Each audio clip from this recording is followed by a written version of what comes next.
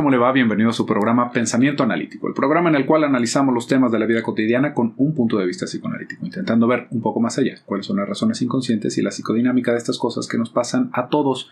Muchas gracias por haber participado en la encuesta semanal. Ahora tenemos dos temas muy interesantes porque ya habían quedado ahí algunos con puntos más, puntos menos. Vamos a darle su espacio a estos temas que están quedando en los primeros lugares, pero vamos a comenzar primero que nada con el perfeccionismo. El perfeccionismo ¿es una cualidad de carácter o es un defecto? Hágase esta pregunta, ¿no? Porque hay muchas personas que lo van hablando de las dos maneras. Van diciendo, bueno, es que yo soy una persona sumamente perfeccionista con una sonrisa en la cara. Y hay muchas personas que se quejan de alguien porque es muy perfeccionista, ¿no? Es como una manera de decirle obstinado a alguien, pero de una manera elegante, ¿no? Y realmente, ¿a qué nos estamos refiriendo con perfeccionismo? Fíjese, hay como una fantasía de que podemos llegar a ser muchas cosas de nuestro día a día perfectas. Pero ¿qué es perfecto? Por ejemplo, vamos pensando en una tarea muy mundana, ¿no? Barrer. Porque nos vamos a dar cuenta de que hasta en eso viene una manera, ¿no? Barrer. ¿Cómo podría barrer uno de una manera perfecta? ¿No? Pregúntese. ¿No debería de quedar un átomo de polvo en el piso? ¿Se puede eso? Barriendo, porque no sé si le pasa, pero uno barre, se levanta una nube de polvo y vuelve a barrer y como quiera queda un poquito. Por lo general es como un proceso previo, después de eso vamos a trapear. Pero vamos pensando solamente en barrer. ¿Cómo podríamos barrer de una manera perfecta? Y es una tarea, como le digo, pues bastante sencilla. Y nos vamos a dar cuenta de que pues, realmente no podemos dejar sin una poquita de tierra, sin una hojita por ahí perdida, o de repente estamos barriendo o estamos acomodando nuestra casa, no sé si se fija, y ya acabamos la primera planta, nos vamos a la segunda planta si tenemos una casa de ese tamaño, y cuando regresamos a la primera planta empezamos a ver que se está formando polvo nuevamente. Decimos, bueno, ¿qué está pasando? Ya estoy escuchando que alguien dice por ahí, yo por eso no barro, yo aspiro. Pero aspirar también es una manera como de nada más quitar algunas partes del polvo. ¿Por qué? Porque pues de todas maneras las paredes, el techo, todos los muebles, nuestra ropa carga polvo. Entonces, mientras lo estamos haciendo, algo de polvo va a quedar. Entonces, si se fija, ¿qué sería barrer perfecto? ¿Qué sería limpiar una habitación de una manera perfecta? Por ahí hay una historia muy interesante de una persona que estaba intentando medir los niveles de plomo en el agua. En sí, realmente lo que estaba intentando medir era la edad de nuestro planeta. Y esto lo estaba haciendo con unas mediciones de plomo, ¿no? Por ahí búsquelo, está en la nueva edición de Cosmos. Muy interesante. Pero esta persona, no importa lo que hiciera, no importa qué tan limpio estuviera el cuarto, se estaba dando cuenta de que había contaminación de plomo en un cuarto. Imagínense, en un cuarto de laboratorio, ¿no? En donde estaba intentando tener los cuidados más meticulosos. De ahí, este científico fue una de las personas que fueron creando los cuartos limpios que ahorita vamos teniendo en los laboratorios. ¿Cuáles eran los protocolos para limpiar ese tipo de cosas? Pero imagínense, entonces, regresándonos antes de continuar con ese brevario cultural, ¿cómo podríamos barrer perfecto si este hombre no lo podía hacer en un laboratorio? Sin embargo, fíjese cómo hay personas que dicen, es que no está bien barrido. Y es que trapeaste, pero se alcanza a ver los trapeadorazos. ¿Cuántas veces limpiaste el agua? ¿Lo limpiaste 3? ¿Lo limpiaste 5 veces? ¿Lo limpiaste hasta que saliera transparente el agua? Y uno se pone a pensar, ¿cuál es la necesidad de hacer las cosas de esa forma? ¿No? ¿Cuál sería el punto? Pues sí, necesitamos estar en un lugar que esté aseado. Pero, ¿cuál es el punto de hacer las cosas de esa manera si a los 5 segundos va a volver a caer polvo? ¿No? Tal vez mantener al mínimo podríamos pensar, pero entonces ya no sería perfecto. Y vea cuántas personas están metidas en su hogar con una obsesión con que las cosas estén impecables, con ese perfeccionismo. Y estamos hablando, como les digo, de tareas muy básicas, ¿no? Es trapear, barrer. A esto vamos a meterle un poquito más de dificultad. Imagínese alguna de sus tareas en la empresa, ¿no? ¿Cómo sería perfecto que fuera en el tiempo, que fuera exacto, que no tuviera un solo error? Hay trabajos que no permiten hacer errores, pero aún así hay un margen porque hay otra cadena de personas que están revisando esas cosas. Entonces, ¿qué es lo que va pasando cuando realmente nos empecinamos tanto en que las cosas estén perfectas? ¿Qué quiere decir perfecto para nosotros? Si se fija, es interminable. Y nos vamos a dar cuenta que las más de las veces, la búsqueda del perfeccionismo se vuelve más bien una cosa compulsiva. No es algo asequible, no es algo que podamos alcanzar por ahí. Hay personas que dicen, perfecto, solamente Dios, ¿no? Pero sin meternos en esas cosas, estamos pensando que barrer perfectamente es imposible. ¿Qué otra cosa podríamos hacer perfectamente? La educación de nuestros hijos. ¿Cómo lo podríamos hacer perfecto? ¿Cómo podríamos ser perfectos en nuestras reacciones, en nuestro carácter? Hay personas que se van castigando con esto. Es que respondí muy mal, es que debí de haber hecho esto, debí de haber hecho lo otro. Y si se fija, una vez más se vuelve un comportamiento compulsivo, ¿no? Algo que tiene que ver con que sentimos que nos salimos de control, pero por las cuestiones más humanas. Es que ¿por qué me molesté en ese momento? Bueno, nos molestamos porque fue algo que nos molestó, no es como para darle muchas vueltas, ¿no? Tal vez podemos hablar de las repercusiones de eso, pero si se fija, el castigo va alrededor de se me salió de mi control y por lo tanto ya no está en ese espectro de perfección que yo estoy buscando en mi persona. Hay personas, por ejemplo, que no salen de su casa si no tienen todos los cabellos peinados hacia el mismo lado.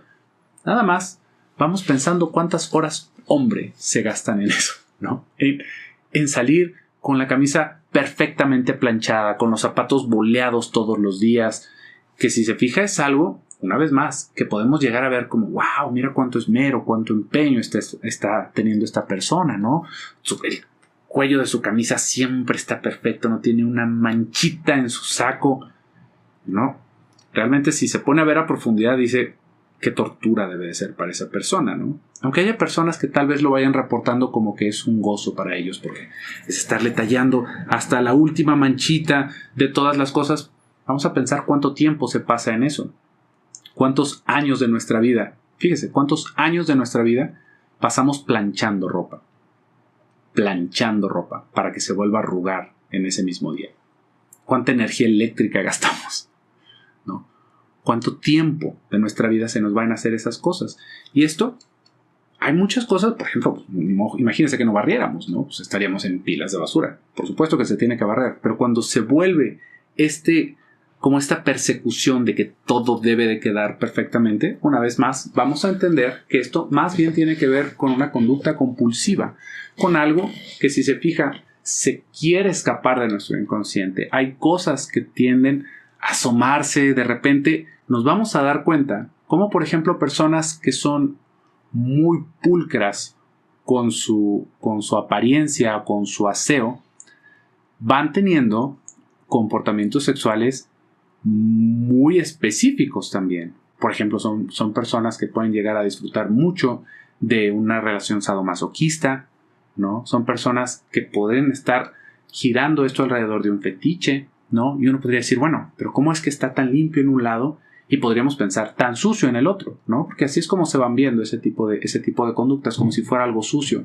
O personas, por ejemplo, vemos a este empresario impecable, ¿no? Que va con sus zapatos boleados, oliendo a loción, todo el elevador, y constantemente está saliendo con prostitutas.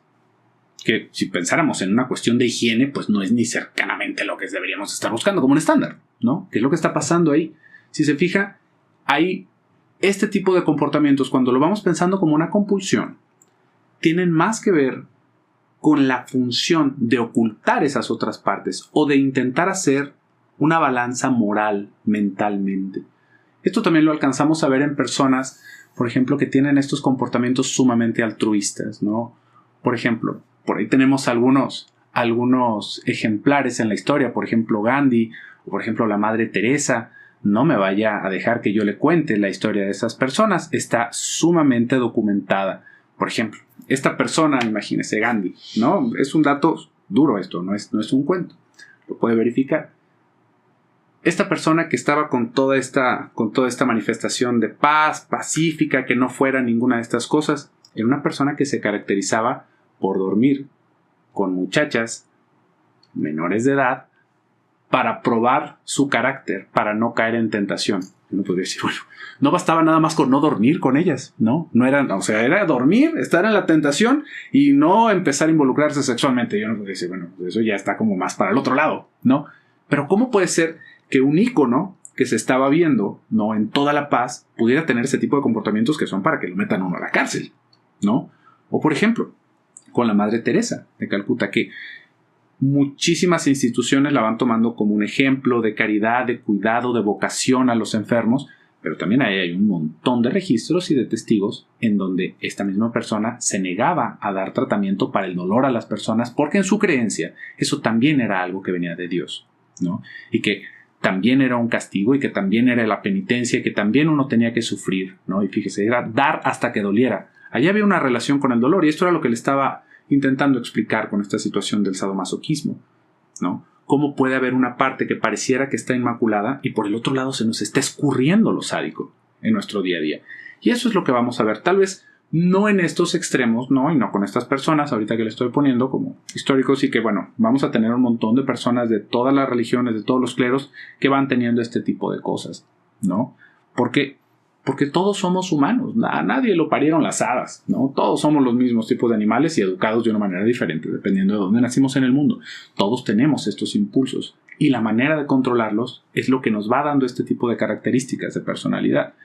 Entonces, entendiendo esto un poquito más alrededor del perfeccionismo, fíjese cómo puede ser más bien como esta necesidad de mantener bajo control algo, con tal de sentir que otra parte de nuestro inconsciente, que una vez más puede ser inconsciente, no es algo que nosotros abiertamente estemos diciendo, ¿no? No es así como que, bueno, yo limpio los trastes hasta que no tienen una sola manchita de grasa porque soy un asesino, ¿no? No va por ese lado tampoco, sino también por todas las fantasías que se tienen. No tiene que llegar al acto, sino en el pensar que si yo no hago esto, por ejemplo, fíjese, vamos hablando un poquito más de las fantasías y del perfeccionismo.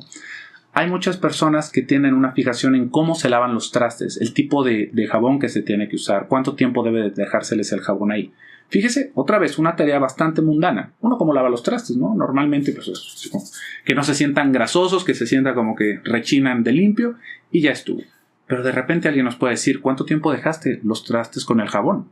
¿El jabón tiene desinfectante? En eso sirves la comida. Imagínate que no la lavas bien y que enfermas a alguien de tu familia y ya ahí salió el deseo inconsciente, ¿no? Fíjese todas las cosas que se van haciendo, ¿no? Esto no quiere decir que no vamos a lavar las verduras, por ejemplo, o a desinfectarlas, pero ¿qué tantas personas conoce usted que se hayan enfermado porque no lavaron bien los trastes de su casa? Si vamos a los restaurantes de vez en cuando o a los taquitos que nos sirven con una bolsita de plástico, ¿usted cree que eso está desinfectado? Por supuesto que no, ¿no? Pero fíjese cómo está esta idea de que nos vamos a infectar, de que nos vamos a enfermar, de que alguien de mi familia va a salir dañado. Y ahí puede estar esta parte de la fantasía que tanto hemos hablado, ¿no? Como parte de nuestras fantasías de destrucción, de violencia, que todos tenemos, por más amorosos que nos queramos ver y nos queramos pintar de seres de luz, todos tenemos estas fantasías de destrucción y de muerte por el odio que sentimos, por estar restringiendo nuestros deseos, y es la cosa más normal. La cosa más normal. El problema es cómo en nuestra educación se nos fue marcando el paso de que eso era pecado, de que eso era terrible, de que eso nos hacía personas malas, nos hacía personas sucias. ¿Y qué es lo que puede hacer uno para lidiar con eso? ¿No?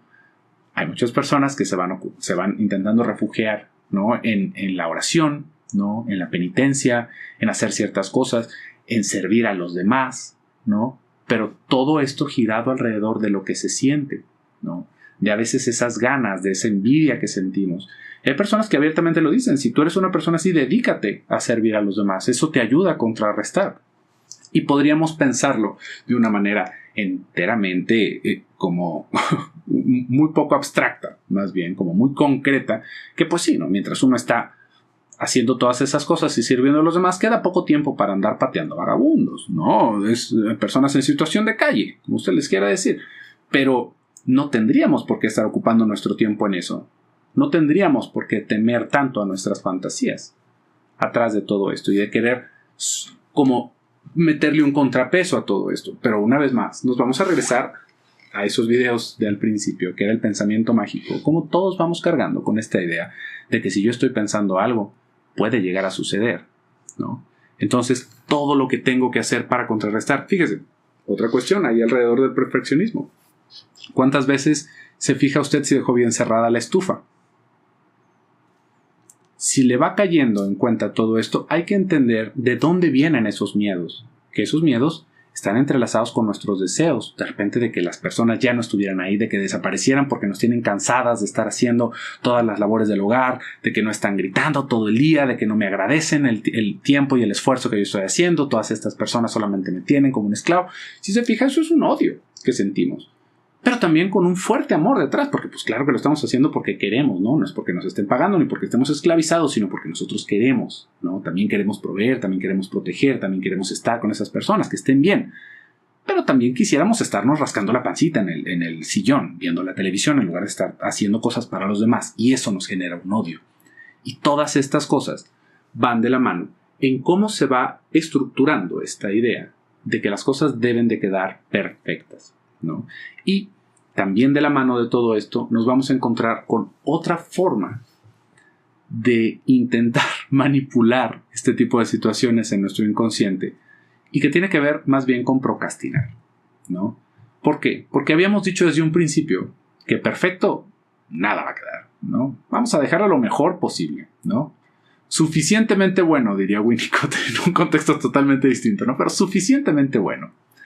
Pero perfecto no va a quedar. Y sin embargo, si estamos buscando esa perfección, ¿qué estamos haciendo sino perder nuestro tiempo? Sino aplazar, sino evitar llegar a una conclusión. Porque eso se puede ver como algo peligroso para nosotros. Entonces, fíjese cómo, si yo tengo que entregar este escrito de 6 renglones, lo reviso 80 veces y que no tenga un error de ortografía y que esté bien el correo y que no vaya a decir nada y luego vemos una palabra y luego ya no la entendemos de tanto tiempo que lo estuvimos viendo y ya lo replanteamos de una manera. ¿Qué estamos haciendo? No estamos enviando nada.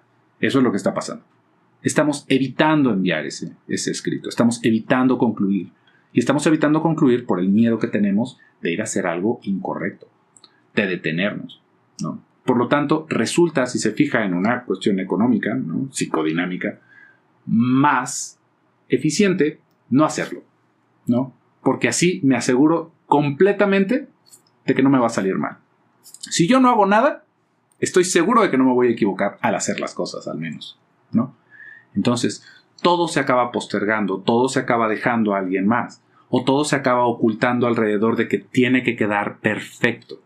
Fíjese, vamos pensando un poquito más en cómo podríamos dejar esas cosas.